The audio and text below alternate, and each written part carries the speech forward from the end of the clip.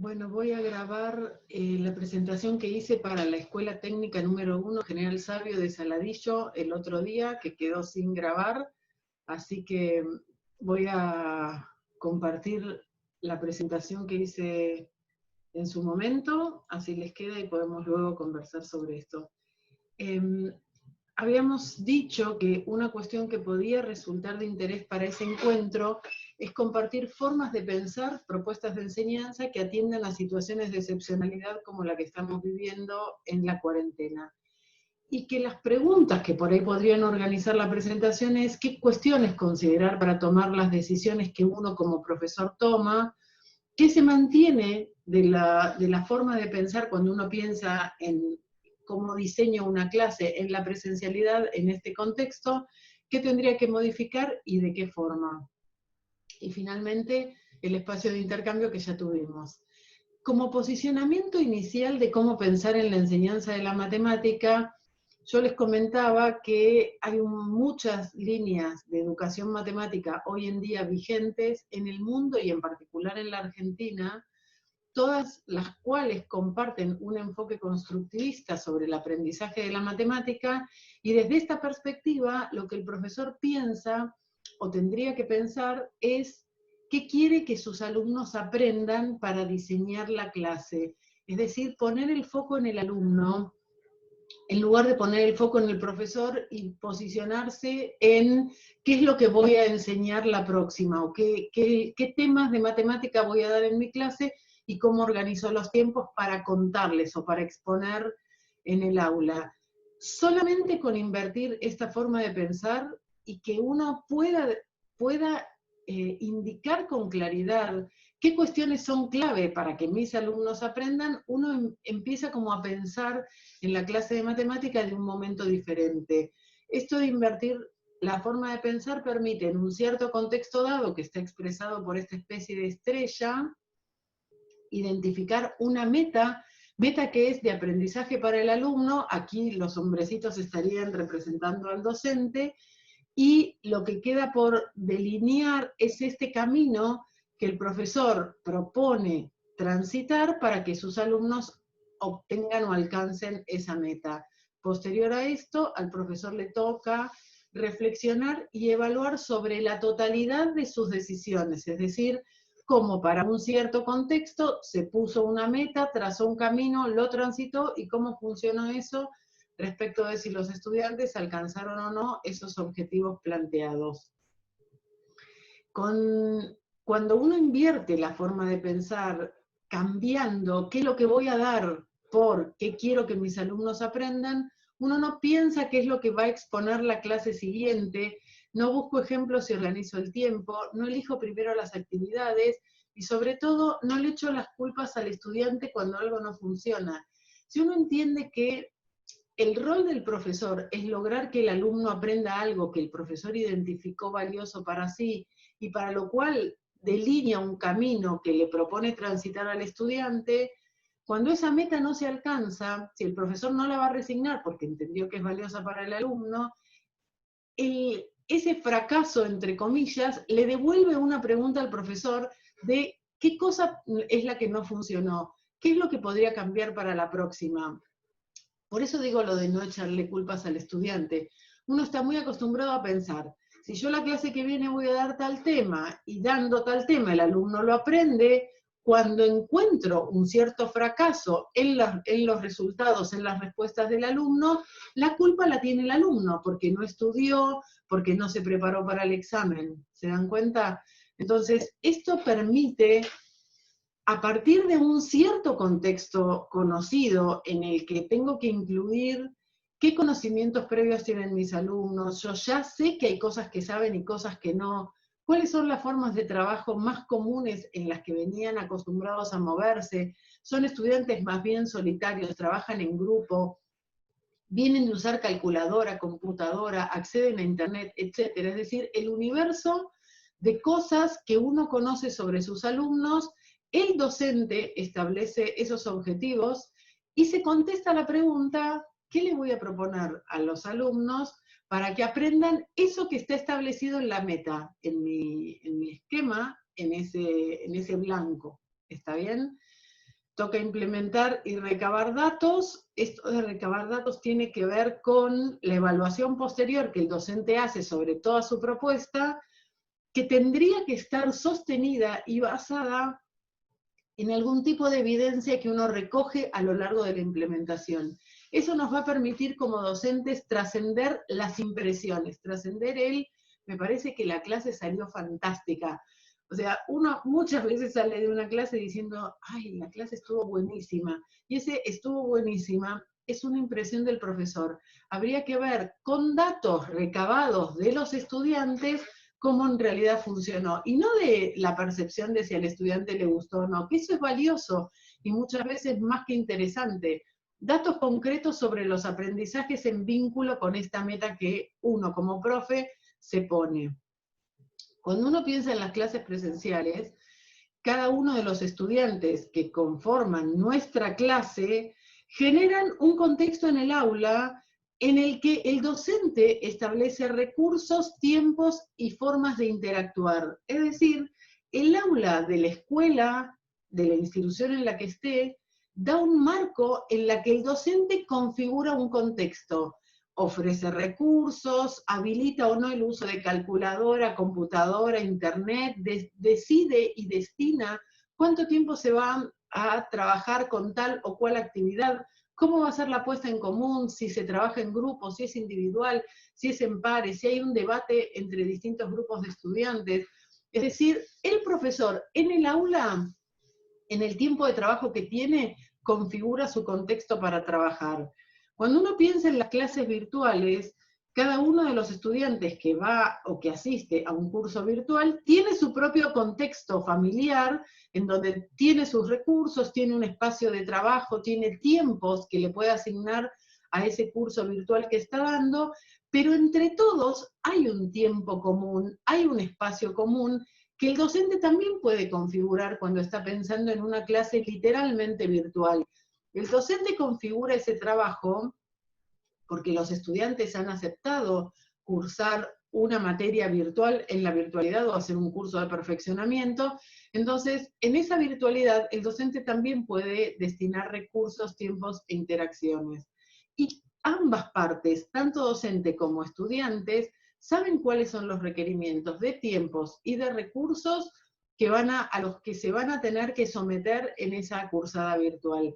Esto es muy distinto de lo que nos tocó vivir ahora con la cuarentena. Este tiempo de excepcionalidad o de tiempo de clases virtualizadas no dan esta posibilidad. Fíjense esquemáticamente cómo sería la situación.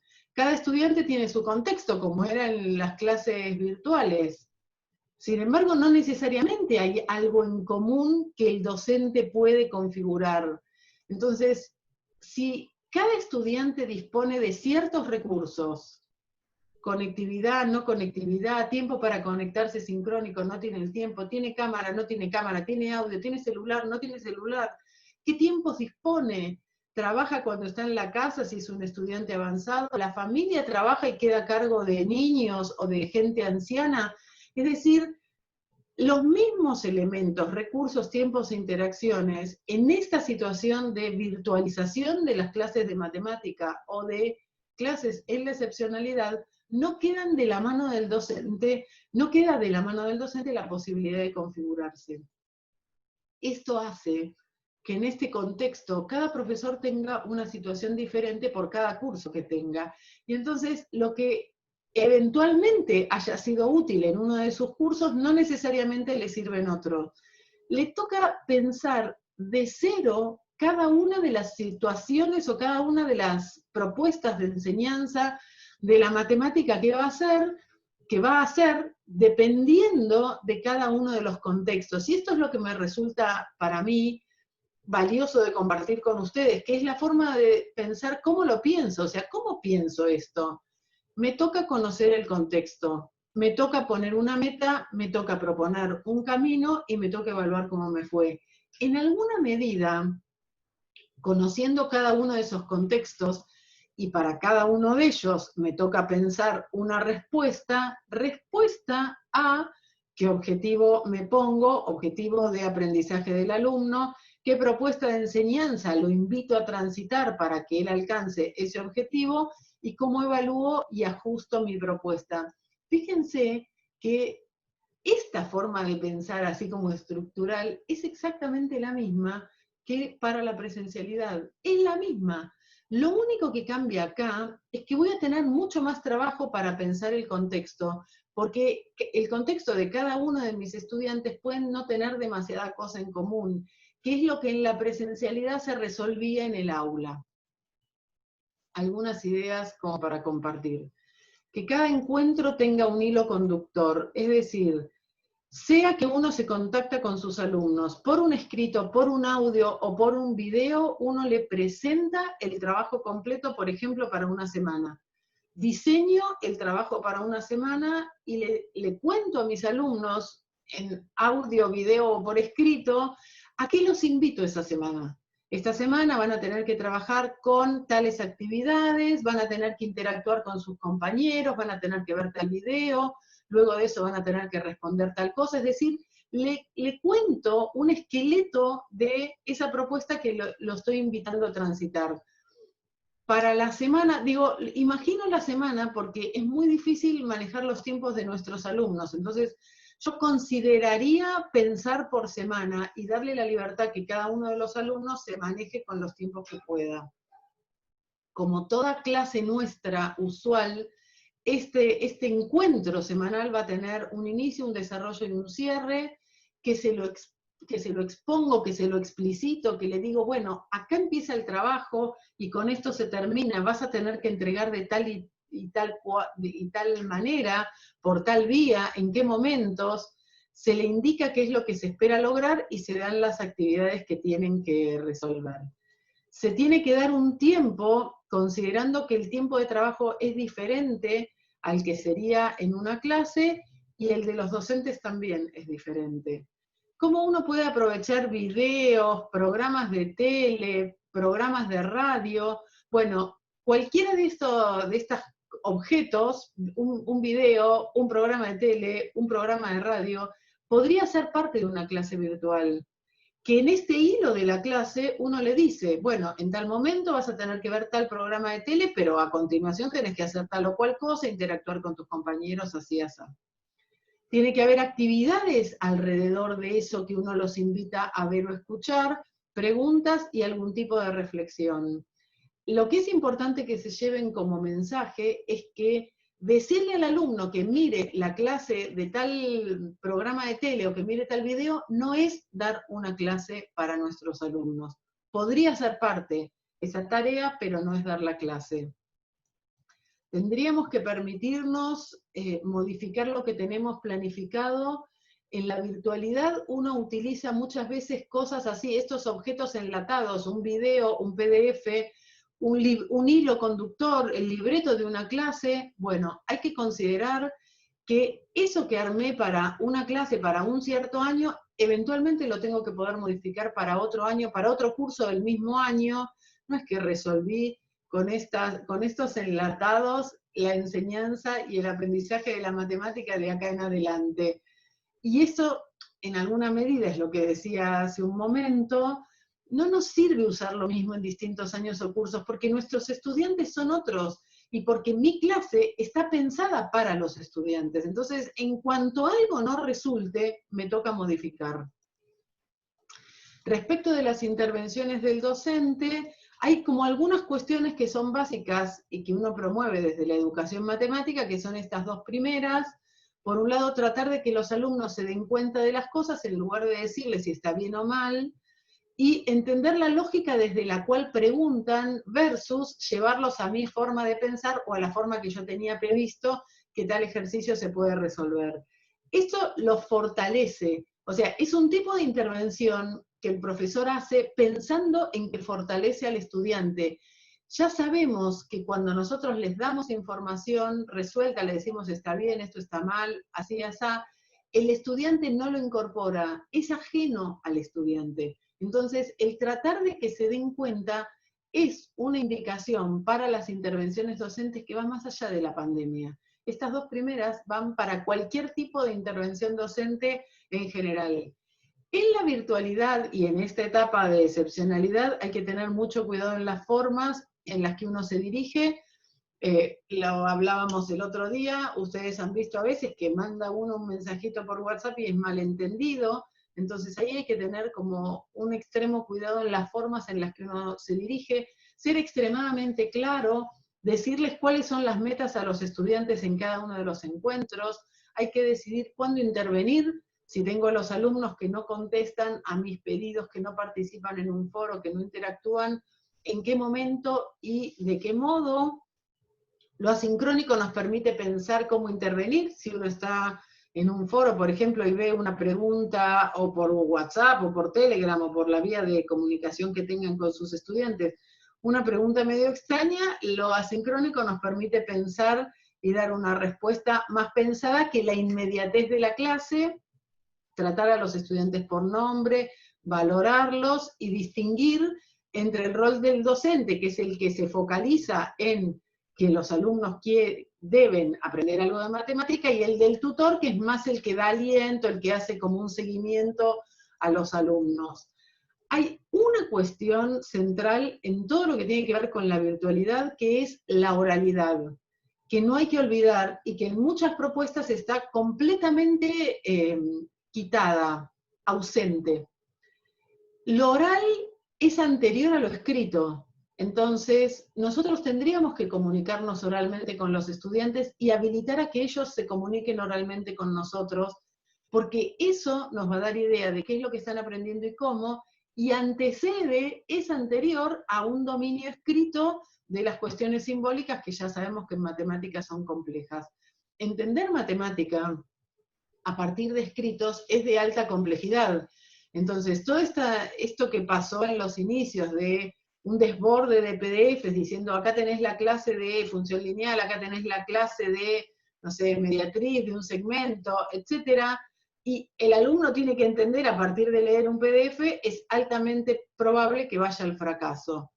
Entonces, no olvidar lo oral, no solo por el aprendizaje de la matemática, sino por la cuestión de afectividad y empatía que en este tiempo hay que tener y mantener. Considerar hacer devoluciones por audio, por esta idea de que la voz acerca, al margen de alivianar al profesor de una tarea muy compleja, que es la de corregir a partir de imágenes que los alumnos nos podrían pasar en fotos. O sea, resuelven manualmente algo, nos pasan una foto, y si a mí me toca hacer una devolución por escrito sobre la foto, entro en un problema como técnico, si quieren, complicado, que una devolución por audio podría alivianar. Sobre los símbolos, decía recién, nosotros vivimos con símbolos, con gráficos, consideremos escribir a mano, sacar una foto y mandar, sea por WhatsApp, sea incluirlo en un Power. Si les voy a grabar algo con un Power, el Power puede tener una foto escrita de mi puño y letra, o sea, una foto de un escrito de mi puño y letra sobre el cual hablo. Y esto corre tanto para docentes como para estudiantes.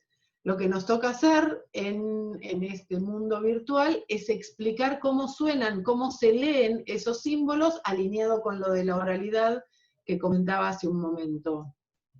Todas las interacciones que se hagan, sean entre estudiantes, el grupo con el docente, un estudiante con otro, trabajo en grupo, el profe lo tiene que prever, indicar cómo va a ser esa modalidad y dar un tiempo para que se acomoden. Tenemos que pensar que los tiempos de nuestros estudiantes no son los nuestros, no funciona la clase en el horario que hubiera sido de nuestra clase presencial. Si estamos en alguna instancia sincrónica, uno podría contactar a los alumnos, asignarles la actividad para que trabajen, darles las pautas para intervenir, sacar la comunicación, cortar. Los estudiantes podrían organizarse solos por WhatsApp o como quieran, y al rato volver a conectar para ver cómo funcionó. Las devoluciones pueden ser grupales o individuales, y por audio, como decía.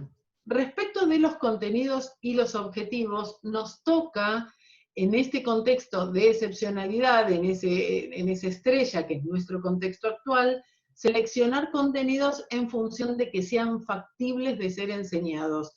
Si, por ejemplo, me empecino en que quiero que sí o sí aprendan a usar un compás, lo motriz, no la geometría que se resuelve usando un compás. Si quiero lo motriz, y tal vez sea difícil. Uno diría, ¿por qué querés eso en ese tiempo donde eso podría ser mucho más complejo? No resigno la geometría, trabajemos con cuestiones de geometría que involucren el compás, pero no la habilidad motriz de manejar un compás. Se puede resolver eso, la enseñanza de la geometría, por otra vía, y no ponerle el foco a algo que en ese contexto resultaría extremadamente complejo. Priorizamos en función de los alumnos y estaríamos atentos a que vamos a trabajar menos contenidos, lo que va a hacer que el profe tenga que decidir cada uno en función de su contexto cuál es priorizar. ¿Qué objetivos le parecen más valiosos para los estudiantes? De manera que en este tiempo que tenemos complejo y que sabemos que por ahí se llevan un aprendizaje de menos cantidad de cosas, no le bajemos la calidad e invirtamos en cuestiones que son valiosas para nuestros alumnos. Cuando uno piensa aquí en la evaluación, en general uno tendería a pensar en evaluar el proceso de aprendizaje más que los resultados de aprendizaje, y entonces ante una evaluación uno evitaría preguntas de verdadero o falso, sí o no, o que me copien una definición que no tiene mucho sentido pedir, y uno podría solamente como a modo de ejemplos, pedirle a los estudiantes que muestren dentro de su proceso de aprendizaje actividades que inicialmente tenían un error y hoy en día ese error está subsanado, la explicación de cuál fue su error inicial y cómo se resolvería hoy y cómo logró subsanarlo, actividades que se pueden resolver más de una forma, etc. Y no tiene por qué ser sincrónico, uno podría dar una serie de preguntas, los estudiantes recabar datos de su propio proceso de aprendizaje, organizar el escrito y mandárselo al profesor. Hay algunas alertas, y ya con esto voy cerrando, que tienen que ver con que un error muy común es pensar que uno a lo que hacía le incorpora las TIC. Entonces uno piensa, ¿cómo incorporo las TIC en mi planificación? Y la idea no es esa. Nos toca pensar de nuevo. Cuando tenemos que pensar en enseñar matemática mediados por tecnología y en la virtualidad, no hago el esfuerzo de decir, ¿qué era lo que hacía antes en la clase? ¿Cómo eso lo llevo a la virtualidad? Empiezo a pensar en las condiciones de contexto que tenga, cuáles son los objetivos y qué propuesta podría ser. No complementan lo que hacíamos, nosotros no aprendimos a dar clases virtuales, no nos formaron para eso, estamos acá tratando de hacer lo mejor posible, no resolvimos el problema del uso de las TIC en la enseñanza de la matemática, el alerta a los enlatados, a los videos y a los PDFs que serán usados de acá a la eternidad como si fueran independientes del alumno, ya lo mencioné, como una alerta me queda acá vuelto a señalar. Hay un alto riesgo de regreso al conductismo en el sentido de el profe no sabe mucho qué hacer, le da algo para ver o algo para leer y piensa que con esa actividad el alumno aprende. Ese es justamente el modelo conductista de yo genero tal acción y se genera tal efecto en el estudiante, y como les contaba en nuestro encuentro, a mí que me interesa la formación de profesores, me devuelve una pregunta más que interesante, que es cómo uno desde la formación inicial o desarrollo profesional forma profesores que puedan adaptarse a distintas situaciones de excepcionalidad que puedan darse. Bueno, aquí nosotros habíamos estado trabajando con las preguntas que ustedes quisieron sumar, y la última diapositiva, con mi agradecimiento por la invitación, realza dos palabras que para mí son clave en este tiempo, que son la adaptabilidad, uno como profe adaptándose a enseñar matemática en el contexto que me toque, y a la creatividad, a esto de decir cómo diseño situaciones de enseñanza muy en función del contexto de mis alumnos y por supuesto de los contenidos que me toque dar. Bueno, muchas gracias, espero que sigamos en contacto.